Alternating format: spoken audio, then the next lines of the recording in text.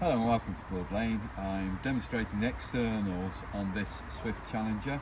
This particular model is the X, which is the 8-foot wide variant, but apart from that, they're the same right throughout the whole brand range. So I'm going to start in the entrance door area, where the key goes in and out in the horizontal position. To lock it, you turn it anti-clockwise, and then back like so to the horizontal. That is now locked. To unlock it, you turn it clockwise to almost vertical, back to the horizontal, and that is unlocked. On the inside, you're lifting the lever, which operates these two pegs, gives you greater security because the latch is actually solid as well as those. And then to release it is that movement there. If the door is pushed back against the side of the vehicle, it's a magnetic catch which retains it in place, and it's just grab it here roughly, give it a little bit of a tug, and then bring that door across, and it's like so. So this is the magnetic catch which retains it against the body side. Just in front of the door frame, we've got the normal VIN plate that we see, which gives us information about tyre inflation, the correct tyre size. Tells us also about wheel nut torque and things like that, but that varies from the different model ranges. So on this particular model, for instance, we've got 32 psi because this is in a twin axle format. Typically on a single axle, that will probably be 65 pounds per square inch, but the data plate, that VIN plate there, is the same on all the vehicles. In front of that, we've got located an external 230 volt socket for us to be able to use inside our awnings if we've got an awning attached onto the vehicle, and the mains cable in use comes out through the bottom there, through this little cutout, so that you can got it all nicely tucked away. And then now we're coming to our outside locker. This is one underneath the front seat area, and just in this area here I can show you that there is the very latest alarm system by Sargent's. And on the very front bulkhead, you might be able to see on that side just there is a fuse board. That's for external road lights. That's that black fuse board I'm pointing over there to. All right, so if you have external issues on road lights, it's that area there that you come into.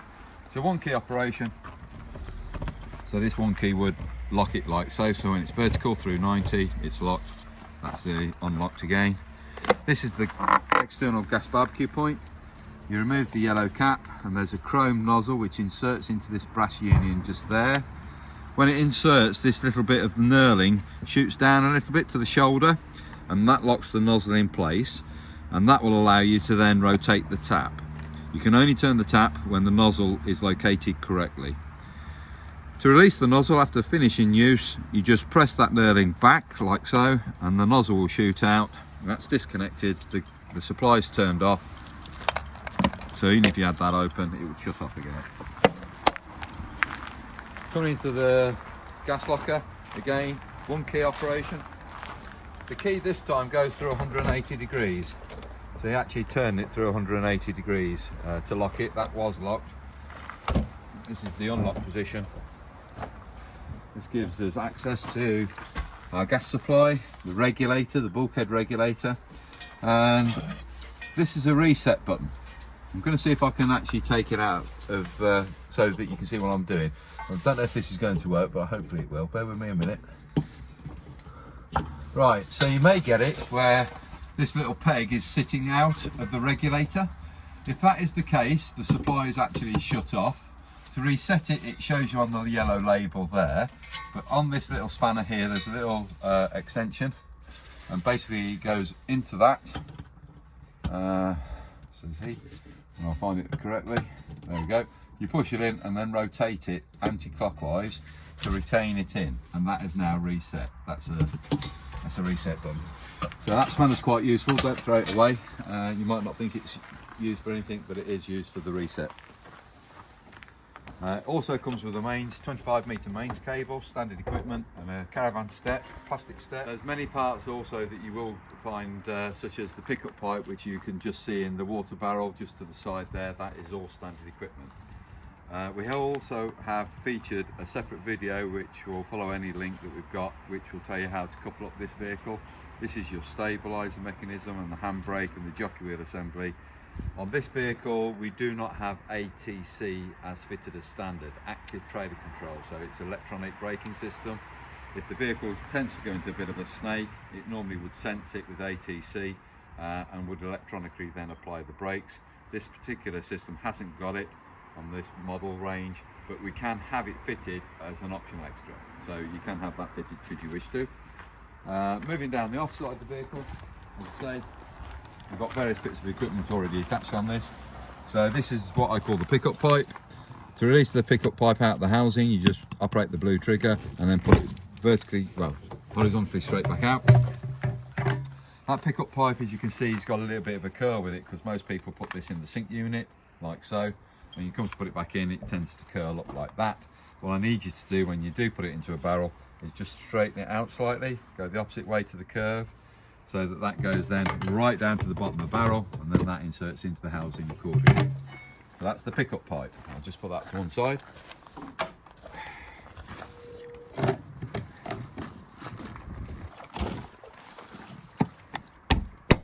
That's now closed. Going to give you access into the battery box, and I've got a battery also on this vehicle right now, so I've already attached a battery.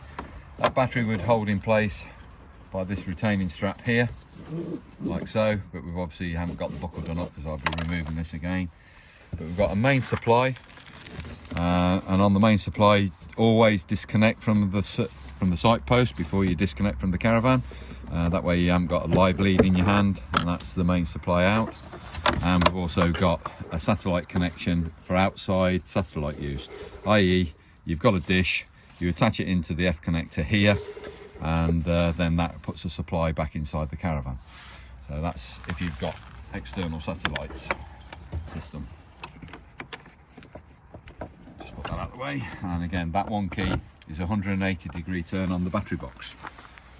Okay, so just moving down the side, we've got obviously the toilet compartment, so this is going to be where the cassette is.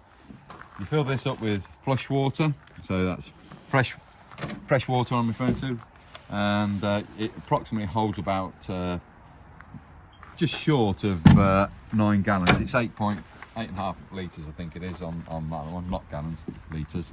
You put pink chemical into the top, such as this, something like that. Do read the instructions on the dosage that you need to put into that tank.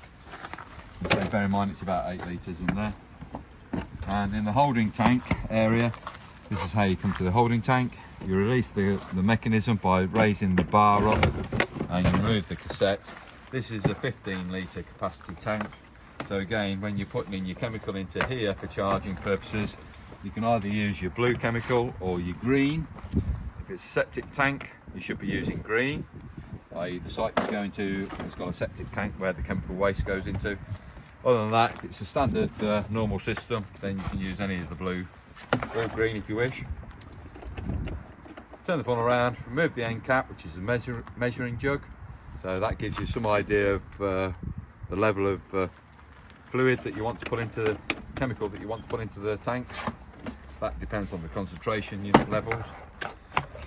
You can open the blade up like so and lock it back off again. And when you empty it, turn the funnel around 45 degrees, remove the end cap like so. Press that orange button in there like so, and then any fluid runs out the bottom end of the tank through the funnel. You can also use the extension handle here so that you're not carrying the cassette, you're actually rolling it along the ground on the wheels. Okay. When you finish using that, you just put it back like so, and then once you've put some chemical into the tank ready for its next use, just install it back in like so. Make sure the handle retracts behind that bracket there, and that's then ready for use for next time. We've got an under locker storage on this vehicle because we've got a fixed bed on this X model. So this is a fixed double bed, and then this is the storage access point externally where you can put your camping chairs through or something similar to that.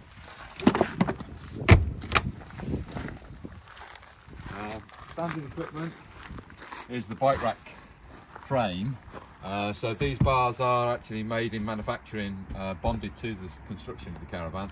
The actual cycle carrier though is an optional extra, and again it's something else you can purchase should you wish to. All that we do is remove these two caps. There's a couple of bars that keep them in place, very simple to attach. We can do that within about 5-10 minutes. So, thank you very much for watching this video on the Swift Challenger range. Thank you.